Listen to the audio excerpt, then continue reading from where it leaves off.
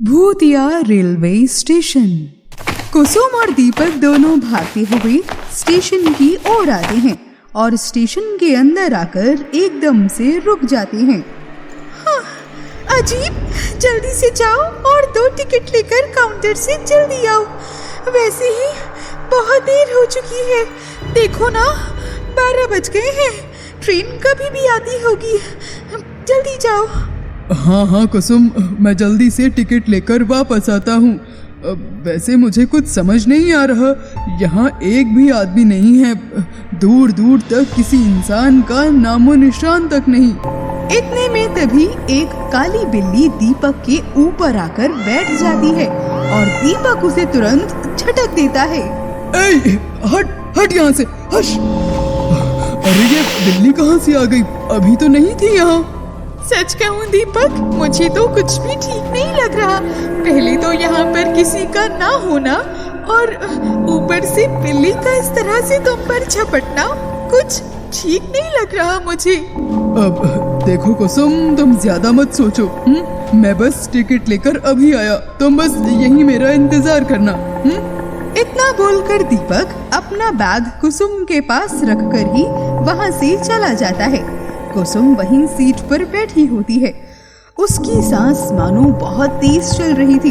तभी उसे अपने आसपास कुछ अजीब सा होने का आभास होता है। वो देखती है कि उसके पीछे किसी आदमी की परछाई होती है, लेकिन जैसे ही वो मुड़कर देखती है तो वहाँ कोई नहीं होता। अचानक से तभी लाइट जलने बुझने लगती है।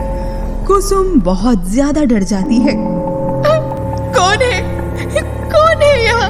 मैंने पूछा कौन है? देखो, जो भी हो मेरे सामने आ जाओ। सब्जी, मुझे इस तरह का मजाक पसंद नहीं। सामने आओ मेरे।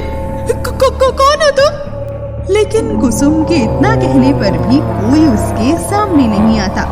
कुसुम बहुत ज्यादा सहम जाती है, लेकिन तभी वो देखती है कि उसके ऊपर का पंखा अचानक से खुद चलने लगता है। कुसुम की घबराहट का मानो कोई अंदाजा नहीं था। वहीं दूसरी ओर दीपक टिकट काउंटर पर जाता है तो वो देखता है कि टिकट काउंटर पर कोई नहीं होता। अरे यहाँ कोई है कि नहीं? वाकई बड़ा ही अजीब स्टेशन है ये। पूरे स्टेशन पे ना कोई पैसेंजर नजर आ रहा है और ना ही कोई स्टाफ। इतने में तभी दीपक देखता है कि सामने से एक आदमी जा रहा होता है।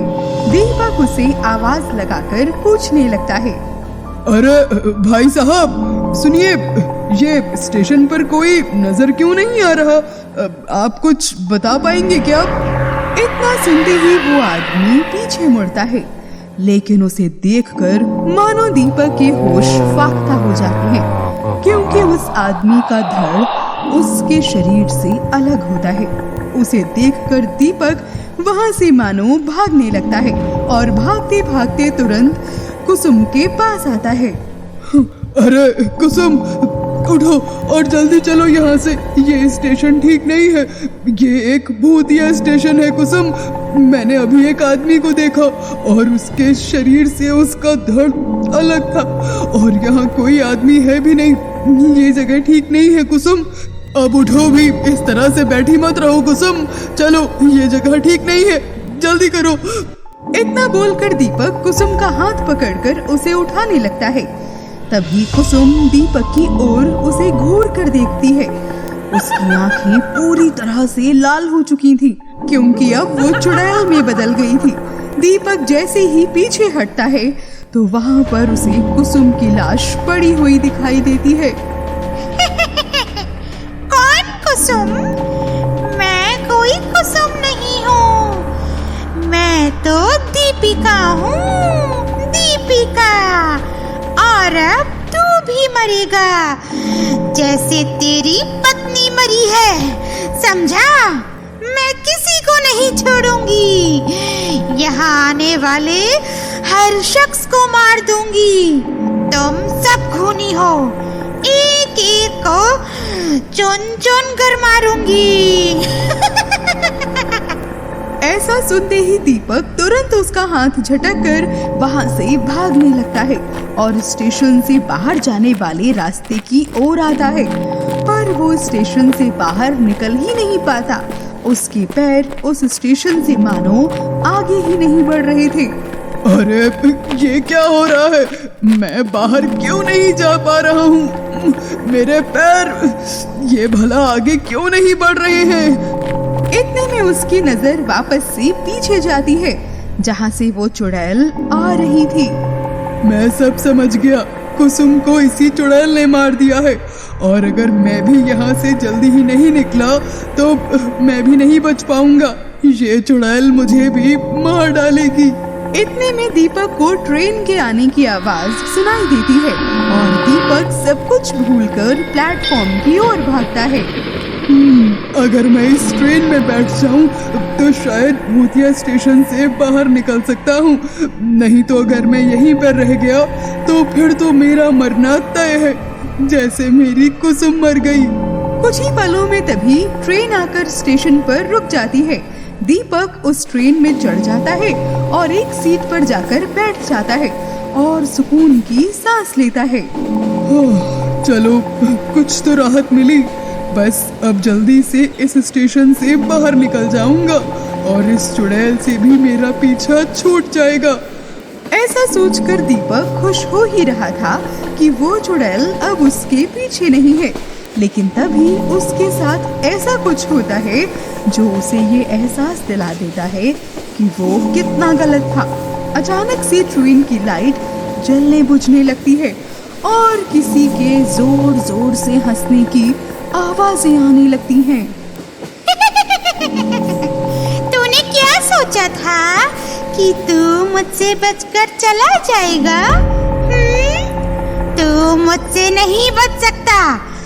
जब आज तक यहाँ से कोई बचकर नहीं गया तो भला तू कैसे बच जाएगा? तुझे भी मैं बाकी लोगों की तरह मार डालूंगी, तेरा भी खून कर दूंगी। अरे लेकिन मैंने और मेरी पत्नी ने तुम्हारा क्या बिगाड़ा है? आखिर तुम हम दोनों को मारना क्यों चाहती हो? दीपक ऐसा बोल ही रहा था कि इतने में कोई उसके पैर खींचकर उसे दूसरी ओर फेंक देता है और उसके सिर से खून निकलने लगता है। अरे तुम कौन हो और भला क्या चाहती हो? मैंने तुम्हारा क्या बिगाड़ा है? बताओ भला। लेकिन उसे कोई जवाब नहीं मिलता और वापस से कोई उसके पैर पकड़कर उसे दूसरी ओर फेंक देता है और ऐसा उसके साथ कई बार किया जाता है। दीपक के सर से बेतहाशा खून निकल रहा था, लेकिन वो चुड़ैल मानो रुकने का नाम नहीं ले रही थी। वो भागने की बहुत कोशिश करता, लेकिन तभी कोई उसके पैर पीछे खींचकर उसे वापस से गिरा देता और पटक पटक कर मानो दीपक की जान लेना चाहता था। दीपक की हालत अब देखते ही देखते बहुत खराब हो चली थी। ऐसा लग रहा था कि वो अब अपनी आखिरी सांसें ही गिन रहा है और तभी वो चुड़ैल और एक भूत उसके सामने आकर खड़े होते हैं। बस कुछ मिनट और, उसके बाद अपनी बीवी की तरह तू भी मर जाएगा। हाँ, सही कहा तुमने दीपिका। आज फिर हमने दो बुरे लोगों को इस दुनिया से खत्म कर दिया। इस स्टेशन पर आने वाला कोई आदमी नहीं बच पाएगा। हम दोनों सबको मार देंगे, सबको।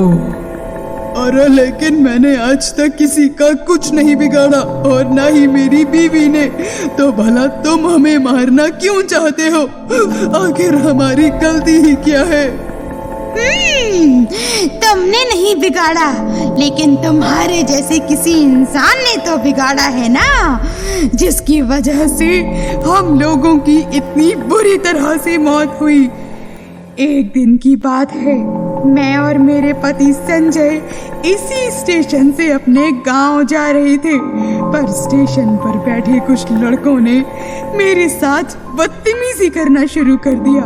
गुस्से में आकर मैंने उनके मुंह पर तमाचा जड़ दिया, जिसके बदले में उन्होंने मुझे बेरहमी से ट्रेन के सामने फेंक दिया। मेरे पति ने जब उनको मारना चाहा तो उन लोगों ने मेरे पति की गर्दन धड़ से अलग कर दी और स्टेशन पर बैठे किसी भी आदमी ने उनसे कुछ भी नहीं कहा। अगर कोई इंसान उस दिन शायद आगे बढ़ता, उन्हें रोक लेता, तो शायद आज मैं और मेरे पति जिंदा होते तुम लोगों की तरह। लेकिन नहीं, उनकी खामोशी ने ही हमें मौत के घाट उतार दिया और इसीलिए हमने भी अपना बदला लिया।